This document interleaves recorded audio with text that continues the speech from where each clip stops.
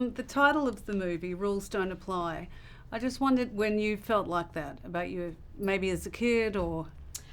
As a kid, I very much followed the rules. I was probably a little too much of a stickler for rules. But the older I got and the more I realized that the people I admire the most were rule breakers. And they were forward thinkers and ones that expressed themselves in ways that maybe everyone else didn't.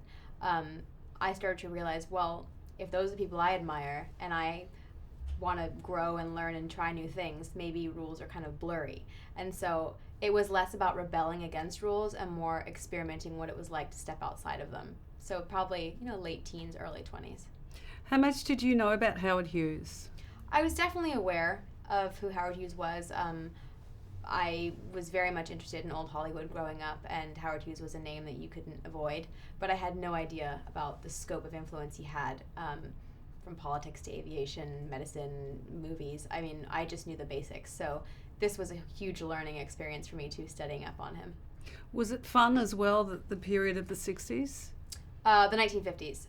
Was it? Okay. Yeah. Right. But the 1950s, it's such an intriguing, mysterious time period in Hollywood, I think. And the costumes, the hair and makeup, the wardrobe, the production design, everything about it is very sexy. The 1950s were beautiful, and I think Warren gathered together such a respected old school cast and crew that really brought that without even having to try, and it made it such a pleasure to be a part of that world every single day, being in the 21st century, stepping outside of the studio and having everyone on their cell phones and stepping inside and being transformed into the 1950s. It was really, really fun. There's a line in it where I think you say it's not wise for a girl to show her smarts. Mm-hmm.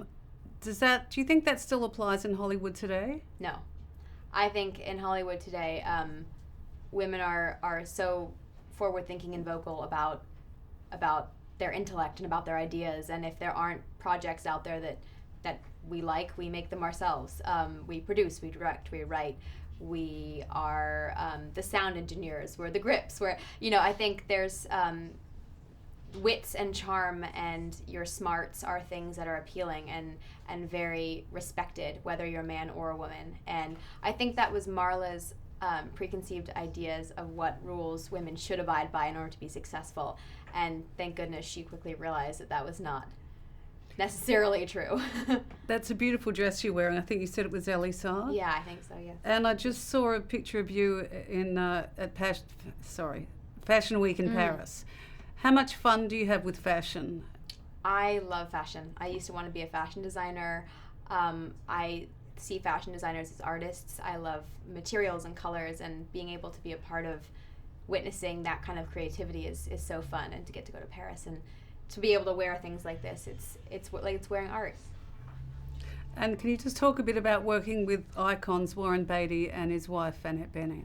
Working with Annette and Warren together is so fun because they're not only co-workers, they're husband and wife, and being able to see that dynamic was wonderful. And just being able to have Annette play my mom, she's so loving and kind and maternal and also unexpected, and you never know what she's going to give you in a scene, which as an actor is a huge gift because you get to play around.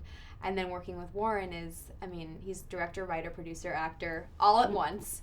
And I learned so much from him, and really just being able to take in his direction and his stories. I mean, the amount of stories that he would tell every single day was amazing to be able to have, and a lot of memories.